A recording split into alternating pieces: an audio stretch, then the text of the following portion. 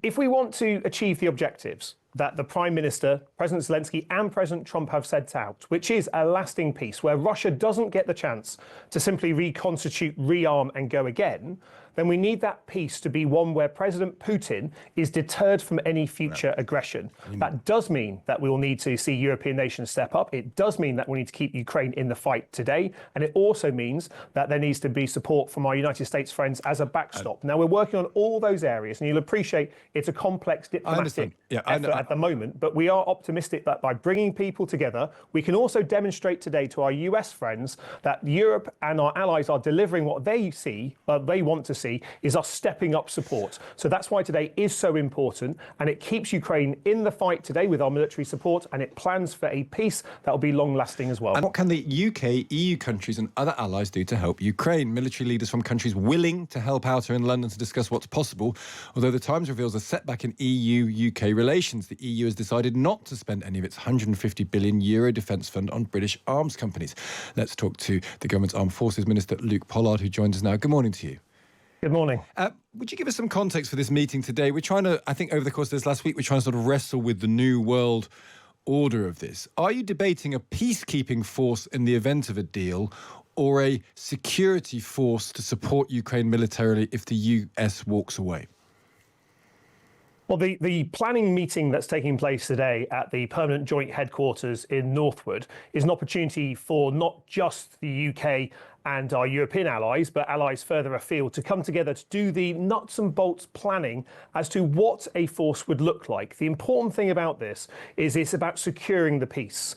It's not about a force that will fight its way in. It is about a peace that will the security force that will follow a peace. Now, we need to keep Ukraine in the fight at the moment, which is why the Prime Minister has been clear that we need to continue the provision of military equipment and ammunition. That's why we've recently announced not just a £150 million firepower boost, but also the deal that will create new jobs in Belfast, providing 5,000 air defence missiles to Ukraine as well. So today is about coming together with military planners to work out what a force looks like and how it can secure the peace. Really importantly, we know that to deter Putin from rearming and going again, we need to keep Ukraine in the fight now. We need to rearm them, reconstitute them when and if a peace comes. And the security force that we are talking about today in our planning meeting is looking at how do we integrate the allies across 30 nations to provide a sufficient support for our friends in Ukraine that peace can be long-lasting.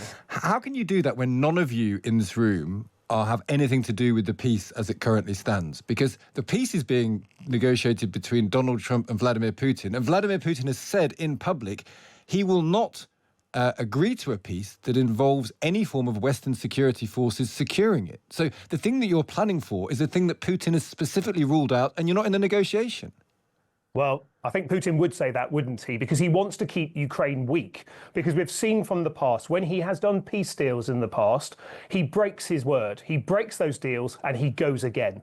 That's something that can't happen this time round. So that's why we are supporting our friends in Ukraine and creating an offer that will keep the peace secure. Now, we're working with our friends in America as well as across Europe and continuing the conversation with President Zelensky. The Prime Minister spoke to him only a couple of days ago to make sure that we are keeping Ukraine at the heart of any negotiations, that their views are being taken into consideration at every single step of this negotiation, because it needs to be a long-lasting peace. But let's face it, the ball is now in Russia's court.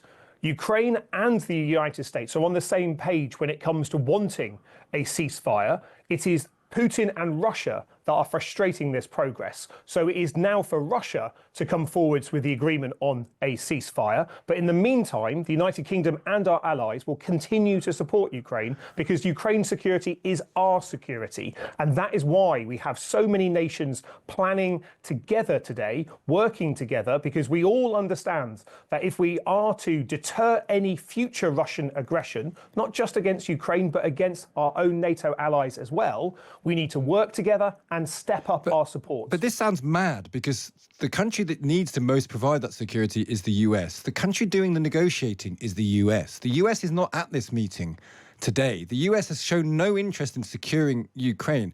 That's the problem here. Are we committed? Are we committed to a world in which the US is not engaged in securing Ukraine? Are you willing to put British troops in Ukraine to support Ukraine if America walks away?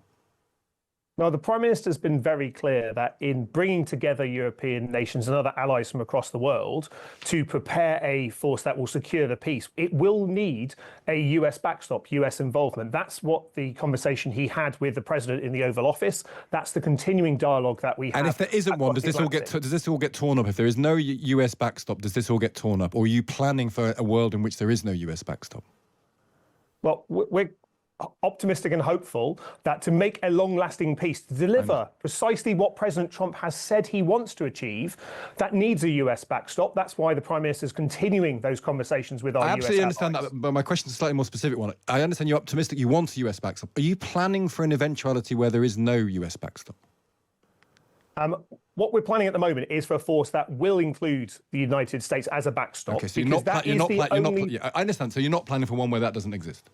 Well, if we want to achieve the objectives that the Prime Minister, President Zelensky and President Trump have set out, which is a lasting peace where Russia doesn't get the chance to simply reconstitute, rearm and go again, then we need that peace to be one where President Putin is deterred from any future aggression. That does mean that we will need to see European nations step up. It does mean that we need to keep Ukraine in the fight today. And it also means that there needs to be support from our United States friends as a backstop. Now, we're working on all those areas, and you'll appreciate it's a complex diplomatic effort at the moment. But we are optimistic that by bringing people together, we can also demonstrate today to our US friends that Europe and our allies are delivering what they see, they want to see, is us stepping up support. So that's why today is so important, and it keeps Ukraine in the fight today with our military support, and it plans for a peace that will be long-lasting as well. And I want to talk about that because you're sounding very optimistic and positive about the EU coming together, European countries coming together. But yesterday, the EU said that the 150 billion euro defence fund will not buy weapons from Britain, only purchase it from European arms companies. That is the very opposite of a coalition of the willing, isn't it? Well, earlier this week, the Defence Secretary and the Foreign Secretary met with High Commissioner Callas of the EU to talk about how we can move forward our ambition for an EU security pact. Now, there's clearly brilliant British companies that already work right across the European Union, supporting not just our defence, but those of our European friends as well. That conversation will continue, and we're optimistic that that a security pact is not only in the UK's interest, but importantly, in these more contested times, it's in Europe's interest But France as well. has said they are not willing to do it because it's part of a security agreement that has fishing conditional upon it. So France has said they're not willing to allow this EU defence fund to buy British companies. What are you going to do about that? Well, as I've just set out, there's conversations that are being led by the Cabinet Office at the heart of government. So this could change. A new security deal with the EU. So you think this could change? You think you could argue them around? Well, at the moment, you can understand that the EU is a club that the United Kingdom has chosen to leave. We think there's common interest, as indeed many of our EU allies do as well, in us providing support as part of that common NATO-supported effort. Now, we do recognise that sitting outside the EU at the moment, the EU will make decisions affecting EU member states, but we also recognise that collectively we have a shared interest in doing so. And as we progress with the EU Security Pact, a manifesto commitment that we're making good progress on, there's opportunities not just for British businesses, but importantly for us to work together. This is petty, isn't it? Do you not find this petty? This is pettiness. You're talking about a world-shaping event like the war in Ukraine, and the French are saying we're not going to buy British arms because of a fishing deal. Either you're going to have to renegotiate and make a concession on the fishing deal to get them in, or they're going to have to change their mind. No, I mean, we work very closely with the French. Indeed, the effort on the coalition of the willing that we were discussing only a moment ago is jointly led with our French friends. It is important that we have a way of securing an EU security pact. It's in all our interest. Indeed, I think the French will benefit from that as well. But those discussions are ongoing. Okay. In the meantime, we need all our European friends to step up and rearm. And more investment in European defence is good for all our collective security at the moment. We think there's an opportunity opportunity for all of us to benefit even greater with the involvement of the United Kingdom and indeed Norway, that sits outside the EU but is vital to Euro-Atlantic security. So there's an opportunity here to defend us, to defend our collective interests in a more secure way. That's the conversations that we're continuing to have with our European friends. Just finally, there's a government report out today that says that sex data classing people by their biological sex has been erased for ideological reasons by civil servants. One example that's cited in the report is a Royal Navy sexual harassment survey, which didn't contain information about what sex the people were, just what gender they identified as. And in the question of sexual harassment, that feels like a strange thing to do. Have you seen the report, and what are you doing about it as far as it relates to the military? So I haven't yet seen that report. We're aware that it's been received by government and it was commissioned under the last government. So we will certainly look at the recommendations. But what is important is that we recognise that the accurate collection of data is vital, not just for the public health component, which much of this report, I believe, majors on, but across government. So the accurate collection of data is vital, and it is something that this government is committed to ensure happens. So, and by accurate, you mean recording what people's sexes actually is? Yes, that's right. The accurate collection of data in all circumstances here. We'll look at the report, which we've just received. But of course, the accurate collection of data is vital, not just in terms of the case that you raised, but also in terms of how we make sure we have the right prevention in health activities to make sure that we're keeping people safe. This is an area that we are looking at, and we're going to read the report and take and use that as part of our efforts to make sure that we are preventing cancers in particular, which is what the report majors on. Luke Pollard, good to speak to you. Thank you for joining us. Thank you. That's Luke Pollard there, the Labour's Armed Forces Minister.